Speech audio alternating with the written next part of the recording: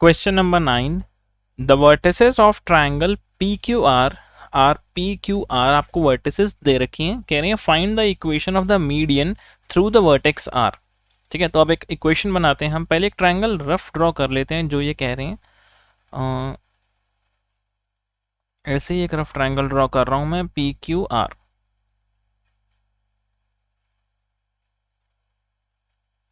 ठीक है, this is triangle P Q are. इसके अब मैं वर्टेक्स लिख देता हूँ, वर्टिसेस पी क्यू आर, किसी को भी रैंडमली दे सकते हैं। P is 2,1, Q is -2,3 and R is 4,5. कह रहे हैं find the equation of the median. Okay, so we have to find the equation of median through vertex R. Vertex R, ठीक है, मतलब ये जो वर्टेक्स आर है इससे मुझे एक मीडियन ड्रॉ करना है। मीडियन क्या होता है? जो साइड को इक्वल हाफ में कट करता है, या फिर आप ऐसे बोल सकते हो साइड के मिड पॉइंट पे कट करता है। This is mid point. Okay, median उसी को कहते हैं जो मिड पॉइंट पे जाके कट करे, यानी कि this is equal to this. ये स्टोरी होती है। अब असल में मेरे को ये रेड लाइन का इक्वेशन निकालना है। ठीक है, मैं एक इसको पॉइंट दे देता हूँ, एस पॉइंट दे देता हूँ। ठीक है, now we have to find the equation of PS line. अब S is the, देखो मैं, आप स्टोरी समझो, मैं इसकी इक्वेशन कैसे निकालूंगा? मेरे पास एक पॉइंट है, मैं सोचूंगा कि काश मेरे पास यह पॉइंट होता तो मैं 2 पॉइंट फॉर्म लगा करके अपनी इक्वेशन निकाल लेता, बट ये पॉइंट तो मेरे पास है ही नहीं। पर मेरे को ये पता है कि ये मिड पॉइंट है। किसका? पी क्यू का। पी क्यू लाइन का मिड पॉइंट है, तो मैं सिंपली मिड पॉइंट फॉर्मूला लगा करके एस के कोऑर्डिनेट्स निकाल सकता हूं। तो मैं लिख रहा हूं S is the mid point of P Q. तो एस के जो कोऑर्डिनेट्स हैं यानी एक्स वाई, वो कैसे मिलते हैं? x1 plus x2 upon 2 comma y1 plus y2 upon 2। तो यहां से ये आ गया मेरा x1 is 2 plus -2 upon 2 comma 1 plus 3 upon 2। तो s के कोऑर्डिनेट्स क्या आ गए? 2 - 2 ये तो होगा 0, 3 + 1 4/2 इज 2। तो मेरे को ये कोऑर्डिनेट्स मिल गए हैं 0,2। Now equation of line given by, sorry, equation of line passing through 2 points क्या होती है बच्चों? 2 पॉइंट फॉर्म लगा लेते हैं। क्या होता है? y माइनस y1 स्लोप की जगह आ जाएगा y2 minus y1 upon x2 minus x1 into x minus x1। और इस सिनेरियो में किसी को भी x1 y1 ले लो, मैंने इसको x1 y1 ले लिया और इसको x2 y2 ले लिया। ठीक है, तो इसको अब हम लिख लेते हैं, this will become y minus y1 की जगह 2 equal to y2 is 5 minus 2 upon 4 minus 0 into x minus 0। y minus 2 equal to 5 minus 2 is 3/4 into x minus 0 is x only. Cross multiply कर लेते हैं, 4y minus 4 to the 8 equals to 3x। तो equation क्या बन गई? 3x, 4y को इधर ले आओ, 8 को भी इधर ले आओ, इक्वल टू 0। तो ये इक्वेशन जो मेरे पास आ रही है, गिवन लाइन जो मेरे को कंडीशन निकालनी थी आर एस की, so this is the required equation. So ये मेरी रिक्वायर्ड इक्वेशन है of the line median through the vertex R. That's it. Question number 10, find the equation of the line passing through the point -3,5 and perpendicular to the line through the points 2,5 and -3,6। देखो यार, visualise करना बहुत ज़रूरी है। इन questions को अगर आपने हल्का सा ड्रॉ कर लिया ना रफ में विजुअलाइज करने के लिए, तो सच बता रहा हूँ क्वेश्चन करने का मज़ा आ जाएगा। देखो, मैंने 2,5 और एक -3,6 ये लाइन ड्रॉ कर ली, ठीक है, क्योंकि इसने बोला है कि मुझे इक्वेशन निकालनी है किसकी, उस लाइन की जो पास हो रहा है -3,5 से और परपेंडिकुलर है इस लाइन के, यानी इस लाइन के परपेंडिकुलर है वो लाइन जिसकी मुझे इक्वेशन निकालनी है, ठीक है। ये लो जी, ये परपेंडिकुलर लाइन है और इन्होंने एक चीज़ मुझे और बताई है कि ये -3,6 से पास हो रही है लाइन, तो मैंने एक ड्रॉ कर लिया -3,5 से पास हो रही है, ठीक है। तो -3,5 से पास हो रही है, परपेंडिकुलर है इस लाइन के, ये क्लियर हो गया। अच्छा जी, अब नेक्स्ट स्टेप हमारे आगे बढ़ेगा, वो हमसे ये पूछा जाएगा कि अब आप मुझे बताओ कि इस रेड लाइन की इक्वेशन मैं कैसे निकालूं, क्योंकि इक्वेशन तो इसी पॉइंट की, इसी लाइन की निकालनी है। तो हम लोगों ने पढ़ा क्या क्या है, देखो जो जो पिटारे के अंदर कॉन्सेप्ट्स हैं आपके, उन्हीं को यूज़ करना है। पॉइंट स्लोप हो गया या 2 पॉइंट हो गया, इन्हीं की हेल्प से हम लोग इसकी इक्वेशन निकालेंगे, जो भी हमने पढ़े हैं सारे, बीबीसी वाले लेक्चर में जो बेसिक्स बिफोर चैप्टर वाला लेक्चर था। तो अब अगर इसके अंदर मैं देखूं, पॉइंट तो मेरे पास है, पॉइंट तो मेरे पास है, इसका स्लोप नहीं है। अगर किसी तरीके से इसका स्लोप मिल गया तो मज़ा आ जाएगा, है ना। अच्छा जी, आपको ये बात भी पता है कि जो दो परपेंडिकुलर लाइंस होती हैं उनका स्लोप का जो प्रोडक्ट होता है वो -1 होता है, यानी m1 इंटू m2 होता है -1 अगर m1 परपेंडिकुलर है m2 के, तो ठीक है। पैरेलल लाइंस के स्लोप बराबर होते हैं और परपेंडिकुलर लाइंस के स्लोप का प्रोडक्ट -1 होता है। अगर नहीं पता था तो इसको लिख लेना। तो इसका मतलब ये जो m है, मान लेते हैं इसका स्लोप m1 है, तो जो मेरा m होगा वो -1 अपॉन m1 होगा, यानी नेगेटिव रेसिप्रोकल। देखो यहां से तो मेरा m निकल आएगा अगर मुझे m1 पता लग गया, और अगर m आ गया तो मेरी बात बन जाएगी। क्यों? पॉइंट मेरे पास है, स्लोप मुझे मिल गया, इक्वेशन में निकाल दूंगा। Easiest approach.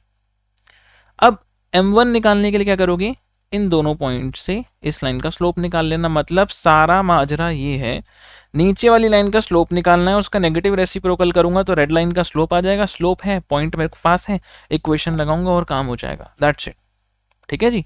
तो चलिए सॉल्व करते हैं। जो मैंने पैटर्न समझाया उन्हीं पॉइंट्स पे हम लोग कंटिन्यू कर रहे हैं आगे।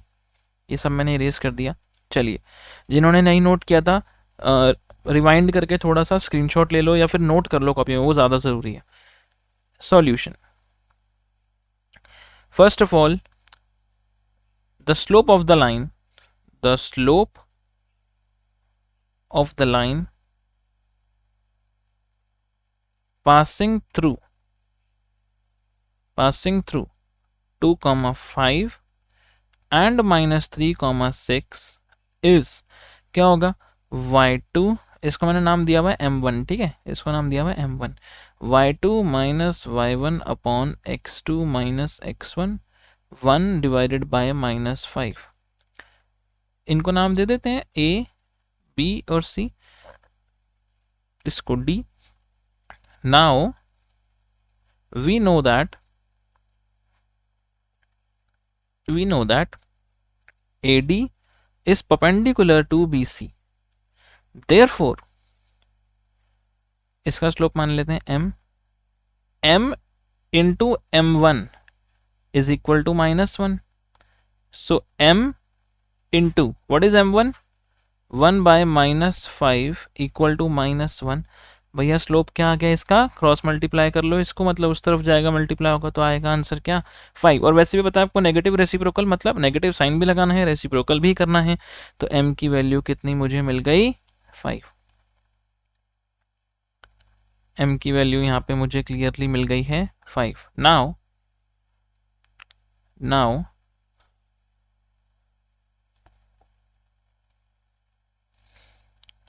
Equation of line passing through -3,5 with slope 5 is given by, कैसे लिखेंगे आप लोग, y minus y1 equals to slope into x minus x1। So y minus y1 is, point क्या है मेरा 5, स्लोप मेरा है 5 इंटू x माइनस -3 तो यहाँ पे मुझे क्या मिल गया, y minus 5 equals to 5x plus 15, y वाले इधर ले आओ terms, 5x minus y plus 20 is equal to 0 is the required equation of the given line. खत्म यार, कितना आसान था देखो। मतलब कि पॉइंट दिया था जिससे मेरी रेड लाइन पास होने वाली है, और 2 पॉइंट दिए थे जिस लाइन के परपेंडिकुलर मेरा ये लाइन था। That's it for this question number 10। 11th question, a line perpendicular to the line segment joining the points 1, 0 and 2, 3 divides it in the ratio 1:9, then find the equation of the line. Okay, again once again a very easy question। देखो जरा ध्यान से, क्या बोला है, find a line, एक line ऐसी जो परपेंडिकुलर है लाइन सेगमेंट की, जो इन दोनों पॉइंट से मिलकर के बनी है। ठीक है यार, इन दोनों पॉइंट से मिलकर के बनी है। मैंने कहा ये पॉइंट हो गया मेरा 1, 0 और ये पॉइंट हो गया मेरा 2, 3, ये लाइन सेगमेंट हो गई। इससे परपेंडिकुलर है एक लाइन, ठीक है, इससे परपेंडिकुलर बनाते हैं और उसको, इस लाइन को 1:n में कट कर रही है। देखो रेड लाइन मैंने बना दी, मेरे को इसी की क्वेश्चन निकालनी है। तो ये इसको किस रेशियो में कट कर रही है, 1:n। सेक्शन फॉर्मूला हमको याद होना चाहिए इस क्वेश्चन को करने के लिए। मैं बेसिकली क्या करने वाला हूँ, ये वाले कोऑर्डिनेट्स निकालने की प्लानिंग में हूँ। इस वाले कोऑर्डिनेट्स को निकालते हैं यूजिंग सेक्शन फॉर्मूला। ठीक है, अब रेड लाइन मुझे निकालनी है। मतलब देखो मैं स्ट्रेटेजी को बताता हूँ, इसमें हम कैसे मूव करने वाले हैं। असल में क्या है, रेड लाइन निकालने के लिए मुझे क्या क्या पता होना चाहिए, पॉइंट पता होना चाहिए, स्लोप पता होना चाहिए, या फिर 2 पॉइंट पता होने चाहिए, या फिर जो हम लोगों ने पढ़े हैं सारे, जो बेसिक्स बिफोर चैप्टर वाला लेक्चर था उसमें हमने किया था कि कई सारे हम लोगों ने टेक्निक्स पढ़े थे, कई सारे हमने पिटारे में कॉन्सेप्ट्स को भरा था। अब उन पिटारों में से हम लोगों ने कॉन्सेप्ट को निकाल करके यहाँ पे यूज करना है। अगर मैं बात करूँ इस पर्टिकुलर क्वेश्चन की, तो मेरे पास ना ही पॉइंट है ना ही स्लोप है, but yes I can find it out. कैसे, स्लोप तो वही होगा जो इसका स्लोप होगा उसका नेगेटिव रेसिप्रोकल, क्योंकि परपेंडिकुलर लाइन से हमको गिवन है। तो मतलब इस वाली लाइन का मैं स्लोप निकाल करके इजीली नेगेटिव रेसिप्रोकल कर दूंगा। अब रह गई बात पॉइंट की, तो पॉइंट मुझे यहाँ से पता लगेगा सेक्शन फॉर्मूला लगाने से कि ये पॉइंट क्या है। तो इसीलिए मैं इस पॉइंट को पहले निकालने के लिए कह रहा था आपको। ठीक है, तो अब स्ट्रेटेजी क्या है, 2 स्टेप में काम करेंगे। पहले यहाँ पे पॉइंट निकालेंगे और इसका स्लोप निकालेंगे, इसके स्लोप का नेगेटिव रेसिप्रोकल करके। नाउ नाम दे देते हैं इसको यार ए, इसको दे देते हैं बी, ये सी, इसको दे देते हैं डी। ठीक है, now using section formula,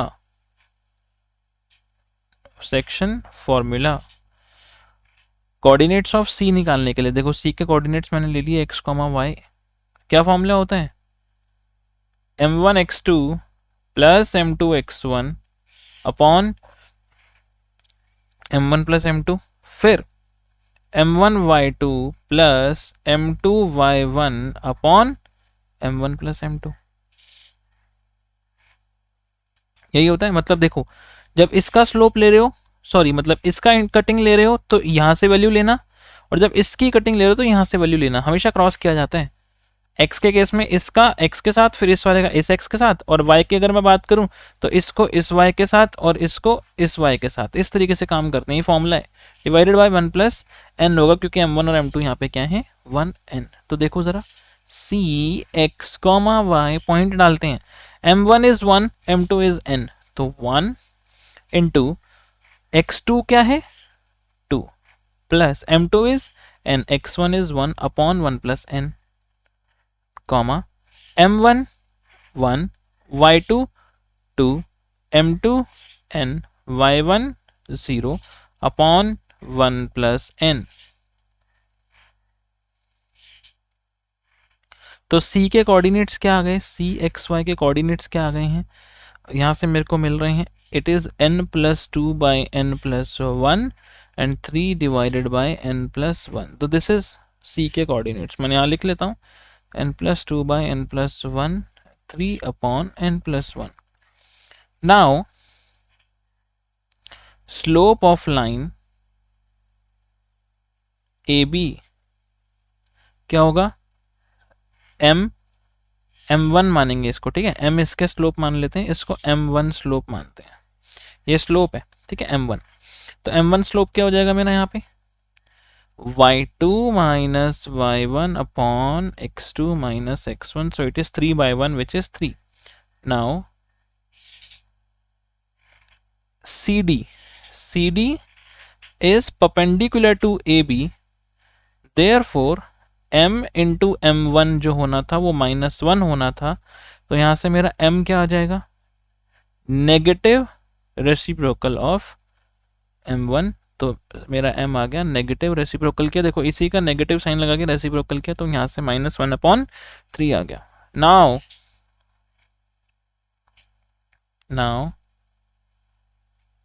for line CD point हमारे पास है n+2/n+1, 3/n+1 पॉइंट है, और मेरे पास यहाँ पे स्लोप भी है जो कि है m। तो मैं क्या करूँगा, पॉइंट मेरे पास, स्लोप मेरे पास, वही इक्वेशन कौन सी, y minus y1 equals to slope into x minus x1। Put करते हैं वैल्यूज, इसको थोड़ा सा मैं ऊपर लिख देता हूँ यहाँ पे। चलिए, y minus y1 is 3/n+1 point है ना ये, इक्वल्स टू स्लोप, स्लोप क्या होगा -1/3 इंटू x माइनस, ठीक है। अब क्या करें, यहाँ पे एलसीएम ले लो अंदर, n+1 into y minus 3/n+1 equals to -1/3 into n+1 x minus n+2 upon n+1। n+1 cancel out हो जाएंगे, 3 को उधर क्रॉस मल्टीप्लाई कर दो, क्या बनेगा 3 इंटू n+1 y, 3 इससे भी होगा -9, यहाँ पे -1 अंदर जाएगा, -1 इंटू n+1 x और प्लस में n+2। अब जो चीज़ें सॉल्व हो रही है उनको सॉल्व कर लो और x वाले इधर ले आओ, तो ये बनेगा n+1 x plus 3 into n+1 y is equal to n+2 इधर है ना, -9 इधर आएगा तो +9 हो जाएगा, तो ये बनेगा n+11। ये मेरा फाइनली आ गया, this is the required equation. ठीक है, तो देखो ये भी क्वेश्चन इजी था, बट इसके अंदर ना वैल्यूज नहीं दी थी, वेरिएबल्स दे रखे थे, यानी n की टर्म्स में दिया हुआ था, तो थोड़ा सा लगता है कि यार ये मुश्किल है, बट ऐसा कुछ नहीं है। 2 पॉइंट दिए थे, लाइन बनाई, परपेंडिकुलर लाइन बनाई जो 1:9 में कट करी थी। 2 चीज़ों की ज़रूरत है, स्लोप और पॉइंट। पॉइंट मैंने सेक्शन फॉर्मूले से निकाला और स्लोप मैंने परपेंडिकुलर वाले फॉर्मूले से निकाला। ठीक है, सो that's it for this particular question number 11 class. So this is question number 12 और इस क्वेश्चन को भी करते हैं हम लोग start. Find the equation of a line that cuts of equal intercepts on the coordinate axis and passing through the point 2,3। तो हमको यहाँ पे गिवन सिनेरियो इस तरीके का दिया हुआ है, हमें कह रहे हैं कि इक्वल इंटरसेप्ट कट कर रहे हैं। अगर मैं रफ ड्रॉ करूँ, देखो ज़रा, इक्वल इंटरसेप्ट का मतलब क्या होता है, ऐसा मतलब कि अगर यहाँ पे ये कुछ a डिस्टेंस पे कट कर रहा है तो यहाँ पे भी ये a डिस्टेंस पे ही कट कर रहा है, इसे कहते हैं कि इक्वल इंटरसेप्ट्स पे। ठीक है, दोनों एक्सेस इक्वल इंटरसेप्ट्स पे, और इन्होंने एक पॉइंट दिया हुआ है कि ये 2,3 से लाइन पास हो रही है, this line is passing through 2,3। अब जैसे हमारे को ये वर्ड मिलेगा equal intercepts on the coordinate axis, उसी वक्त हमारे दिमाग में क्लिक होगा कि यार इसको क्यों ना हम इंटरसेप्ट फॉर्म से कंप्लीट करें। तो इंटरसेप्ट फॉर्म क्या कहता है हमको, इंटरसेप्ट फॉर्म कहते हैं कि अगर हमारे पास कोई एक्स और वाई पे कटिंग है, मतलब एक्स पे कट हो रहा है किस पे, a,0 पे, और वाई पे कट हो रहा है 0,b पे। हम मान के चलते हैं ना, ऐसे कटिंग तो यही होगी, एक्स एक्सिस पे तो a,0 ही होगा और वाई एक्सिस पे 0,b होगा। तो इक्वेशन क्या होती थी उस केस के अंदर, x by a plus y by b equal to 1। यहाँ पे हमेशा 1 होता है, इसका मतलब अगर x के नीचे x का इंटरसेप्ट, x की कटिंग, और y के नीचे y की कटिंग। तो ये इक्वेशन मेरे पास आ गई। अब क्योंकि इन्होंने मुझे बोला है कि इक्वल इंटरसेप्ट्स हैं, इक्वल इंटरसेप्ट्स का मतलब क्या होता है? इक्वल इंटरसेप्ट्स का मतलब हो गया कि a इक्वल टू बी है, ठीक है ना।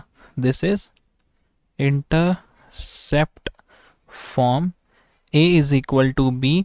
तो यहाँ पे आप लिख सकते हो अकॉर्डिंगली, हम लोग यहाँ लिख सकते हैं this implies x by A plus Y by A is equal to 1। इसका मतलब x प्लस वाई अपॉन में a इक्वल टू 1, तो x plus Y equals to a। अब आप बताओ, हम इसको a के टर्म्स में तो छोड़ेंगे नहीं, ठीक है ना, हम इसको a के टर्म्स में तो छोड़ेंगे नहीं, तो हमको a की वैल्यू निकालनी है। बट अब वो कैसे निकालें? तो देखो जी, ये इस 2,3 पॉइंट से पास हो रहा है। अगर ये 2,3 से पास हो रहा है तो इस इक्वेशन को ये पॉइंट सेटिस्फाई होना चाहिए, है ना। इस इक्वेशन में हम इसको डाल सकते हैं। सो आप लिखेंगे since the given line passes through 2,3, then x plus Y equals to a है, तो 2 प्लस 3 इक्वल्स टू a होगा, तो a की वैल्यू कितनी आ गई? 5। Therefore on substituting x plus y equals to 5 is the required equation. That's it। देखो कितना simple सा क्वेश्चन था हमारे पास ये। That is simple equation. कितना सिंपल सा क्वेश्चन था। इक्वल इंटरसेप्ट बोला था, इंटरसेप्ट का फॉर्मूला लगाया, 2,3 से पास हो रहा था, a की वैल्यू निकाली और उसके अंदर वापस से पुट कर दी। तो x plus Y equal to 5 एक ऐसी लाइन है जो इक्वल इंटरसेप्ट बनाएगी x और y एक्सिस पे, और ये 2,3 से पास भी होगी। So that's it. ये था question number 12। Next is question number 13। Question number 13 में आपसे कह रहे हैं find the equation of the line passing through the point 2,2 and cutting off intercept on the axis whose some is 9। देखो visualise करते हैं थोड़ा सा। मैंने ऐसे एक कार्टेशियन प्लेन बनाया और ये एक इक्वेशन बना दी, यह एक लाइन बना दी जिसकी कटिंग इंटरसेप्ट, देखो हम लोग इंटरसेप्ट वाला वर्ड समझेंगे तो अपने दिमाग में एकदम से क्लिक होगा इंटरसेप्ट फॉर्म, यानी x by A plus Y by B equals to 1। तो यहाँ पे इंटरसेप्ट क्या होता था यार, a,0 कटिंग होती थी और इस पे होती थी 0,b। मतलब बोले तो ये डिस्टेंस होता था a और ये डिस्टेंस होता था b पूरा, ठीक है, फ्रॉम ओरिजिन। नाउ इन्होंने क्या बोला यहाँ पे, इन्होंने बोला है कि find the equation of the line which passes through 2,2। ठीक है, ये किसी 2,2 से पास हो रही है और इसका जो इंटरसेप्ट कट हो रहे हैं ना, यानी a और b, उनका सम 9 दिया हुआ है। मतलब अगर मान लेते हैं ये a है और ये b है, तो इसने a प्लस बी की वैल्यू 9 दे रखी है। ठीक है, अब इसका सॉल्यूशन हम लोग स्टार्ट कर लेते हैं। हम इसके अंदर लिखेंगे the equation of a line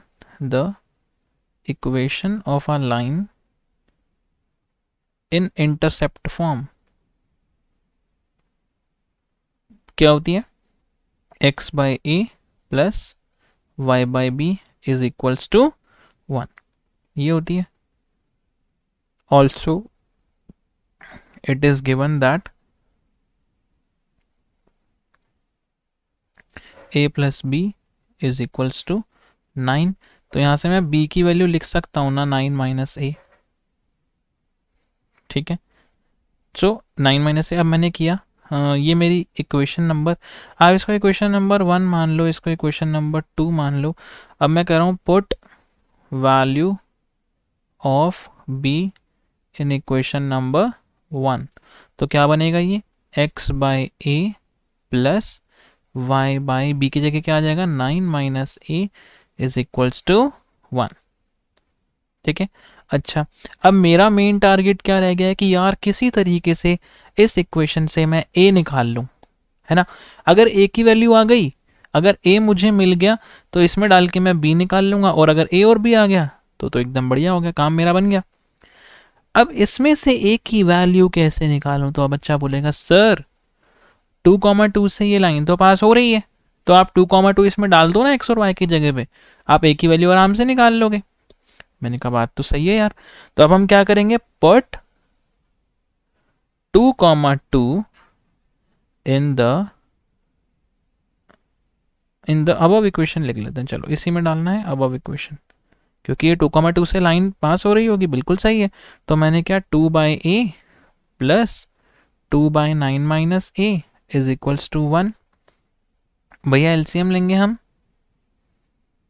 LCM आएगा a 9 माइनस a, इधर हो गया 2 इंटू 9 माइनस a और इधर हो गया 2 into a is equals to 1। मैं साथ में क्रॉस मल्टीप्लाई भी कर रहा हूँ इसी में, ठीक है। इसको मैंने मिटा दिया, साथ में मैं यहाँ पे क्रॉस मल्टीप्लाई भी कर लेता हूँ। तो इधर मेरा क्या हो जाएगा, अंदर इसको इंटू करो, 2 को 2 9 the 18 minus 2a plus 2a equals to 9a minus a square, है ना। ये उधर चला गया, 1 के पास इंटू हो गया, ब्रैकेट भी ओपन कर दिया, ये तो कैंसल आउट हो गए। लेफ्ट में ले आओ इन सबको, a square minus 9a plus 18 is equals to 0। Middle term splitting, A square इसको करेंगे minus 6a minus 3a plus 18 equals to 0। a common, a minus 6 minus 3 common, a minus 6 equivalent to 0। a minus 6 दोनों के पास है तो a minus 3 बच गया equals to 0। अब देखो दिस इंटू दिस करके 0 आ रहा है, इसका मतलब क्या होगा सर, या तो ये 0 है या तो ये 0 है या तो ये दोनों के दोनों 0 हैं, ठीक है। मतलब दोनों में से किसी एक का होना 0 तो ज़रूरी है, तभी प्रोडक्ट 0 आ रहा है। इसीलिए हम लोग रखते हैं, एक बार a माइनस 6 को 0 रखा तो a की वैल्यू आएगी 6, और अगर एक बार हमने a को a माइनस 3 को 0 रखा तो a की वैल्यू कितनी आएगी 3।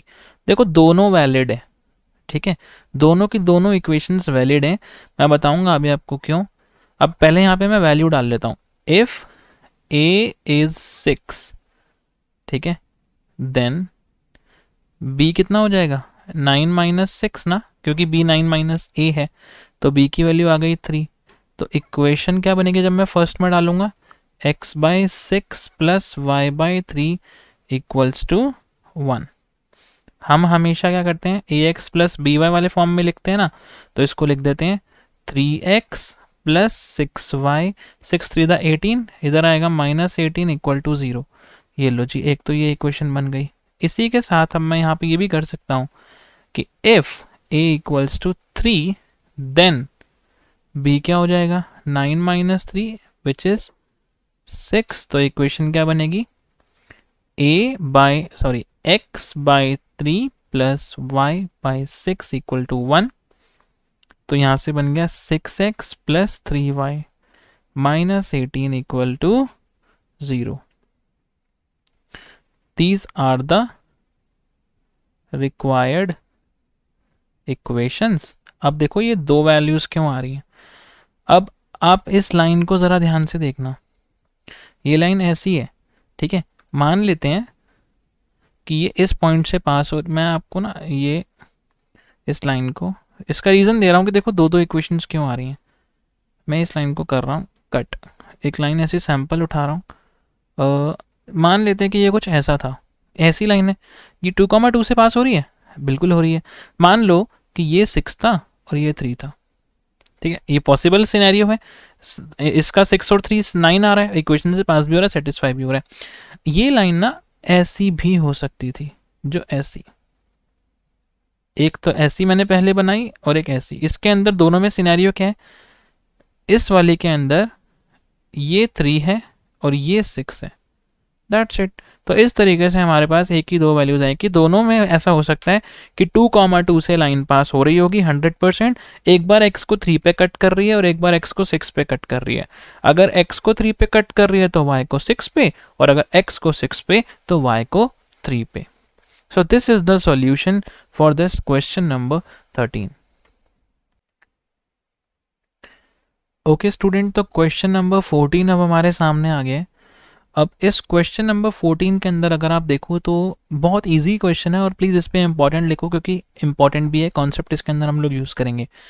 कह रहे हैं find equation of the line through the point 0,2 and making an angle of 2π/3। 2π/3 कितना होता है, देखो ज़्यादा कैलकुलेशन नहीं करनी, π/3 कितना होता है 60 ना, उसको डबल कर लो, मतलब इट इज़ 120।